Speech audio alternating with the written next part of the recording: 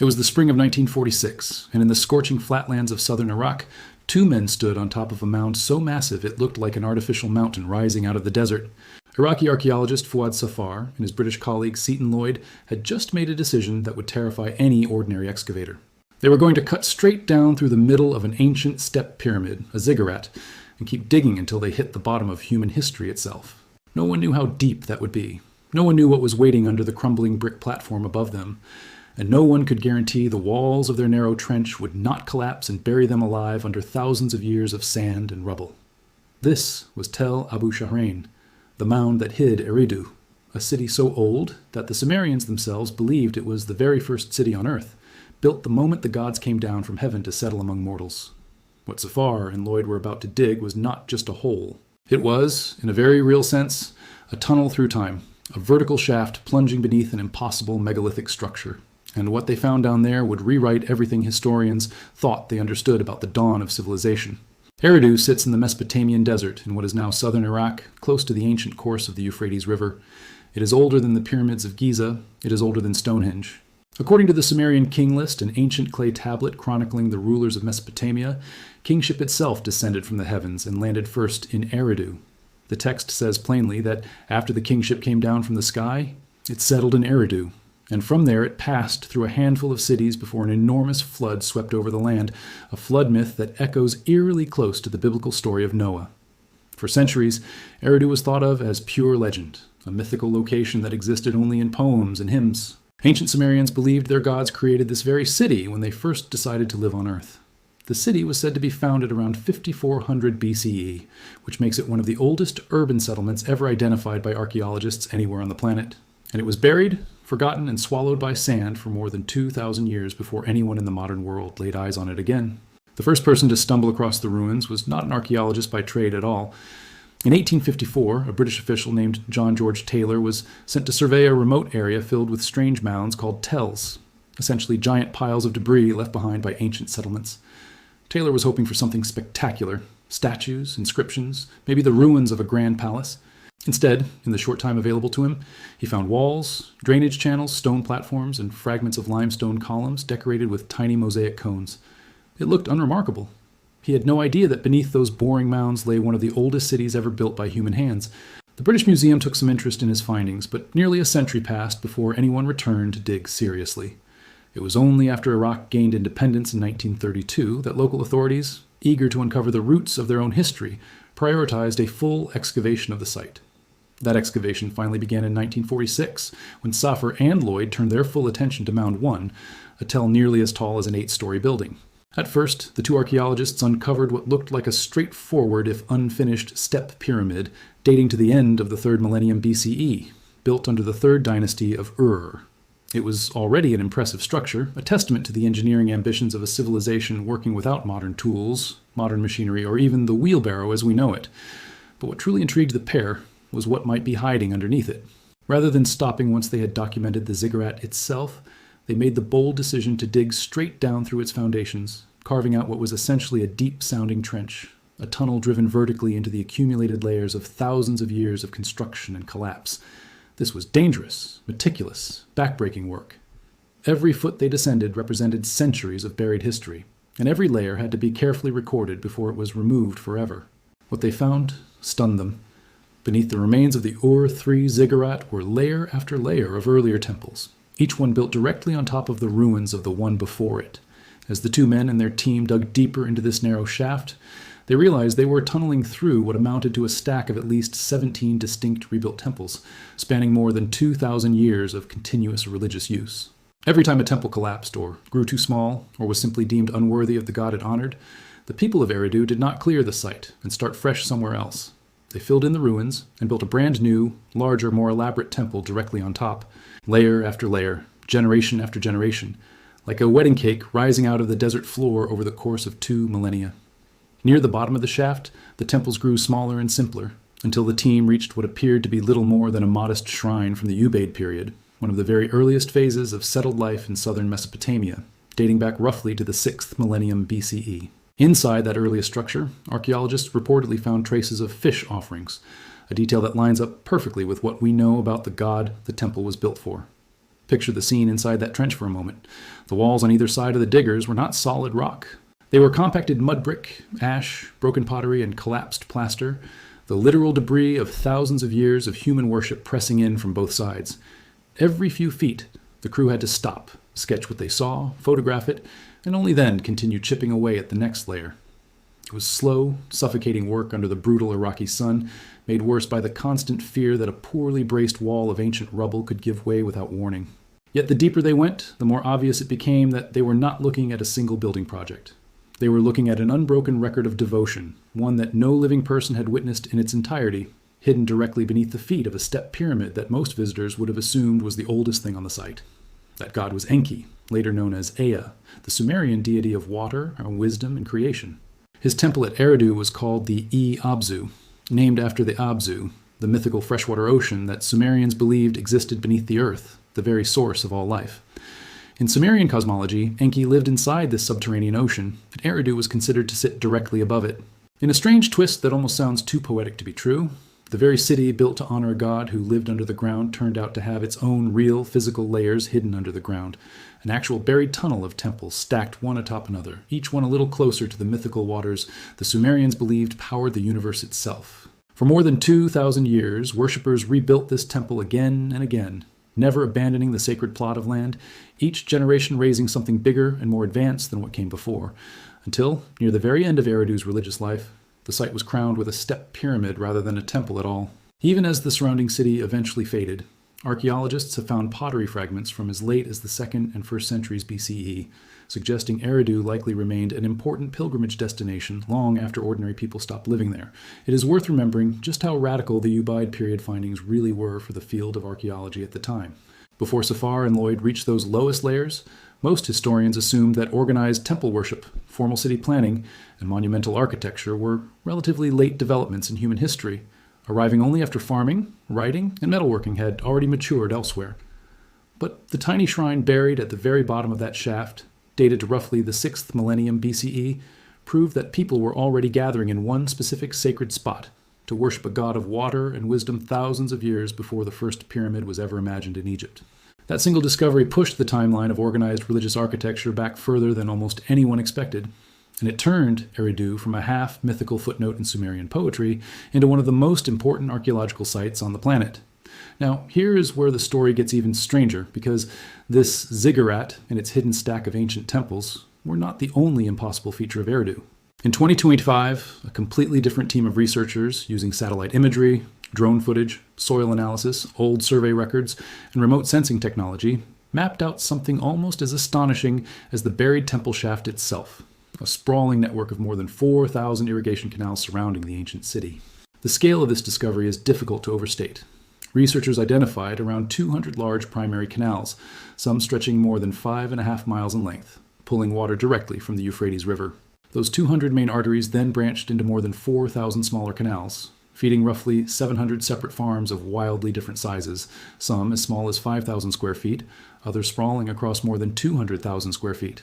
The smallest of these irrigation channels could be as short as 32 feet, carefully dug by hand to guide precious river water directly to a single field. Think about what that means. While one team of ancient Sumerians was literally rebuilding a temple 17 times over 2,000 years, stacking sacred structures directly on top of each other in a single spot, an entirely separate, equally massive engineering project was unfolding just outside the city walls. A water distribution system so extensive it would not look out of place in a modern agricultural region. The Euphrates itself did a lot of the heavy lifting, its elevated banks allowing gravity to pull water downhill and natural breaks in the riverbank, letting water spill out onto the surrounding land. But ancient farmers still had to learn how to guide, control, and expand that flow, starting with simple hand-dug ditches and eventually mastering canals stretching over 60 meters in careful, engineered lines. Researchers admit they still are not certain exactly when each of the 4,000-plus canals was actively in use, since it is extremely unlikely that all of them operated simultaneously across the many centuries the city was inhabited. But even accounting for that, the sheer density and sophistication of the network shows a level of hydraulic engineering that historians simply did not expect from a civilization this early. Eridu was not just a religious capital either. Thanks to its position near the Persian Gulf and its access to the Euphrates, the city became a genuine economic and trade hub, and its economy leaned heavily on fishing. Archaeologists excavating the site uncovered fishing nets, weights, and entire bundles of dried fish, physical proof of an industry that likely fed both locals and the pilgrims who traveled to worship at Enki's temple. Even more remarkable, excavators found small clay and reed models of boats at Eridu, which are considered by many researchers to be the earliest known physical evidence of constructed watercraft found anywhere in the world. A city built to honor the god of the primordial waters was quite fittingly one of the very first places on the planet where humans left behind proof that they knew how to build a boat. It also helps to understand just how brutal and unforgiving the landscape around Eridu actually was, which makes the achievement even more staggering. Southern Mesopotamia is flat, dry, and blisteringly hot for most of the year, with almost no natural rainfall to rely on for agriculture. Without the Euphrates and its engineered canal system, the entire region would have been nothing but barren desert, incapable of supporting more than a scattering of nomadic herders. The fact that a stable, thriving city with hundreds of farms, a bustling fishing economy, and continuous religious construction managed to survive there for roughly 4,000 years, from its founding around 5400 BCE to its final abandonment around 600 BCE, says everything about how sophisticated Sumerian water management truly was. Every one of those 4,000 canals had to be planned with an understanding of elevation, seasonal flooding, and soil erosion that took generations of trial and error to perfect. So why did a city this important, this old, this thoroughly engineered, eventually get abandoned? The truth is that archaeologists still do not have a complete answer, but the leading theory is a combination of environmental exhaustion and a literal loss of water. Centuries of intensive farming, combined with the demands of local residents, visiting pilgrims, and traveling merchants, gradually wore down the surrounding land. The soil needed periods of rest, and it seems the population let fields lie fallow multiple times before the city was finally abandoned for good, sometime around 600 BCE. The final blow appears to have come when the Euphrates itself shifted its course, as rivers in this flat, shifting delta landscape were prone to do over the centuries, cutting Eridu off from the very water source that had sustained its canals, its farms, its fishing economy, and its religious pilgrims for thousands of years. Once the river moved, the city simply could not survive. Now, let's step back to that vertical shaft, that buried tunnel of temples, because there is another layer to this story that deserves attention, the broader Sumerian world that Eridu belonged to and helped create. By around 1500 BCE, Sumerian farmers, descendants of the same agricultural tradition responsible for those 4,000 canals, had invented the seed plow, sometimes called the cedar plow, a tool that let a farmer till the soil and plant seeds in a single pass using oxen for power. This invention came with something even more surprising, a kind of instruction manual known today as the Sumerian Farmer's Almanac, offering practical advice on proper tilling and irrigation to help farmers coax more food out of the land. These agricultural advances allowed populations to grow, which fed the rise of larger cities, more complex ruling structures, and increasingly elaborate religious institutions. The same forces that were, quite literally, stacking temple on top of temple back in Eridu. And it was this same civilization that gave the world cuneiform, one of the very first writing systems in human history, developed roughly 5,000 years ago. A technological leap that let Mesopotamians begin recording contracts, myths, laws, and eventually the very king list that named Eridu as the first city on Earth. There is also a genuinely strange historical footnote connected to tunnels in Mesopotamia that adds an eerie layer to this whole story. Ancient writers, including the 1st century BCE historian Diodorus Siculus and the 3rd century writer Philostratus, described a legendary tunnel said to run directly beneath the Euphrates River in the city of Babylon, connecting the eastern and western halves of the city. According to these accounts, the tunnel was lined with brick masonry and waterproofed using bitumen, a naturally occurring tar substance the Mesopotamians used extensively in construction. The project was most often credited to the legendary Queen Semiramis, though some versions of the story assign it to a different Babylonian ruler entirely. No physical evidence of this underwater tunnel has ever been confirmed by archaeologists, and many historians treat it as pure legend rather than fact. But here is the unsettling part. The same Mesopotamian civilizations that built the vertical stack of temples at Eridu also mastered canal networks, waterproofing techniques, brick masonry on a massive scale, and methods for diverting entire rivers. In other words, while the Euphrates Tunnel of Babylon might be more myth than reality, it is not an impossible myth, because these were people who had already proven at Eridu and elsewhere that they were capable of extraordinary underground and underwater engineering feats. It is also worth putting Eridu's ziggurat in context alongside other megalithic wonders of the ancient world, because the comparison only makes the achievement more impressive. In Peru, the Inca fortress of Sacsayhuaman features stones weighing as much as 360 tons, fitted together with such precision that not even a blade of grass can slip between them. Yet archaeologists agree it was built using ropes, levers, and an enormous coordinated workforce rather than any lost technology.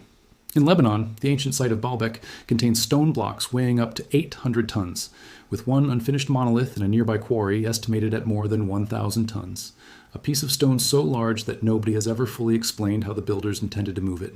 Stonehenge, built roughly 5,000 years ago in England, involved dragging 50-ton stones across dozens of miles using little more than wooden sleds and rollers.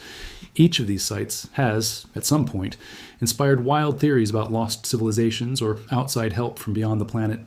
But time and again, careful archaeological work, the same painstaking, layer-by-layer excavation used at Eridu, has shown that human ingenuity, patience, and organized labor were more than enough to explain even the most impossible-looking structures. Eridu belongs firmly in that same category, a monument that looks almost too advanced for its era until you actually dig into it and see, step by step, exactly how it was built.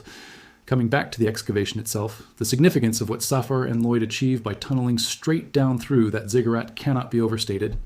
Before their dig, historians had only a fragmented, mythologized picture of the earliest phase of Mesopotamian civilization, largely pieced together from religious texts and king lists written centuries or even millennia after the events they described.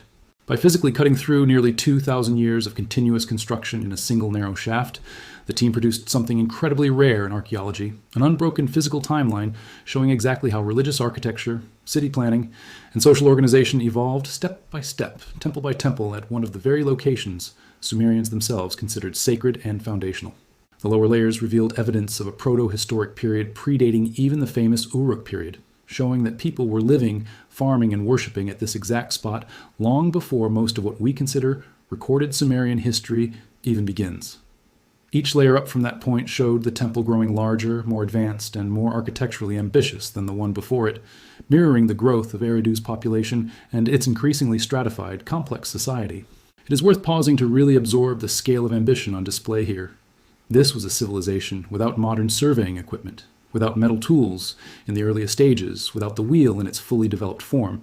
And yet, they organized the labor, planning, and religious devotion necessary to rebuild a single temple no fewer than 17 separate times over roughly 2 millennia, all while simultaneously carving out a canal network spanning thousands of individual channels to keep hundreds of farms alive across a harsh, arid floodplain. They accomplished this using little more than basic surveying instincts, an intimate understanding of gravity and water flow, organized labor, and generations of accumulated agricultural and architectural knowledge passed down through families and religious institutions. It is a level of sustained, coordinated human effort that puts many later, more famous ancient wonders into perspective. And the mysteries have not stopped surfacing either. Just recently, archaeologists working at another ancient Sumerian site uncovered a cache of administrative clay tablets that shed unprecedented light on the inner workings of the world's first empire, the Akkadian Empire, which briefly ruled over Mesopotamia roughly 4,000 years ago, not long after cities like Eridu had already been ancient for millennia. These tablets, discovered inside a mud brick archive building with rooms that functioned like ancient government offices, tracked everything from grain deliveries to livestock counts to fabric and gemstone inventories. They even included population records, listing the names and occupations of men, women, and children, essentially an ancient census, along with evidence that women held significant positions of power, including roles as high priestesses. Some tablets even contained building blueprints, field layouts, and canal maps, further proof that this entire region, the same region that produced Eridu's stacked temples and sprawling irrigation network, operated with a level of bureaucratic sophistication historians once assumed simply did not exist that early in human history. So when you put all of these pieces together, the vertical shaft cut through 17 layers of sacred architecture, the 4,000 plus canals feeding 700 farms, the earliest known boat models on the planet, the legendary tunnel said to run beneath the Euphrates in Babylon, and now the detailed administrative records of an empire that once ruled this same land, a much bigger picture starts to emerge. Ancient Mesopotamia was not a primitive backdrop for later, more sophisticated civilizations to build upon. It was, from a staggeringly early date, already engineering solutions to problems most people assume were not tackled until thousands of years later, controlling entire river systems, waterproofing underground structures, planning cities with religious continuity spanning millennia, and documenting all of it with one of the very first writing systems ever developed. Eridu's buried, stacked temple shaft is really a physical monument to persistence, faith, and engineering ambition, sustained across 2,000 years by a people who, according to their own mythology, believed the gods themselves had chosen this patch of desert as the very first place worth building anything at all, there is one more detail that rarely makes it into the popular retellings of this discovery, but it deserves mention because it shows just how carefully the Eridu excavation team worked. Rather than simply removing each layer of temple ruins and discarding it, Safar and Lloyd meticulously recorded the floor plans, the placement of altars, offering tables, and even the orientation of doorways for every single one of the 17 rebuilt structures. This allowed later researchers to trace how the design of the temple evolved over 2,000 years, growing from a tiny single-room shrine into a large, tripartite building with a central hall flanked by smaller side chambers, a layout that would go on to influence temple architecture across the entire ancient Near East for centuries afterward. In other words, the blueprint for how Mesopotamians built sacred spaces for thousands of years to come may have first taken shape inside that narrow, buried shaft at Eridu, refined generation after generation by builders who never wrote down a single architectural theory, only a set of practices passed from parent to child through direct example. The final question, the one that still keeps researchers awake, is simple to ask and maddeningly difficult to answer. Why did the people of Eridu never simply move their temple to a new spot when the old one collapsed or became outdated? Every other option was available to them. They had the land, the labor, and eventually the technology to build somewhere fresh. Instead, generation after generation, they returned to that exact same footprint in the sand and built upward again, as if the ground itself, the entrance to Enki's watery underworld, was simply too sacred to abandon, no matter how many times it had to be rebuilt.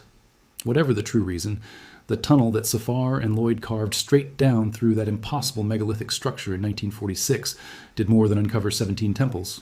It uncovered a story of devotion so deep it shaped the physical landscape of Mesopotamia for 2,000 uninterrupted years, and it reminded the modern world that the very first chapter of human civilization was written not just in myths and king lists, but in the layered brick and sun-baked mud of a city the Sumerians always insisted was the first city on Earth. Whether you call it a shaft, a sounding, or simply a tunnel through time, the excavation at Eridu remains one of the most extraordinary vertical journeys ever taken into the deep, buried roots of human civilization.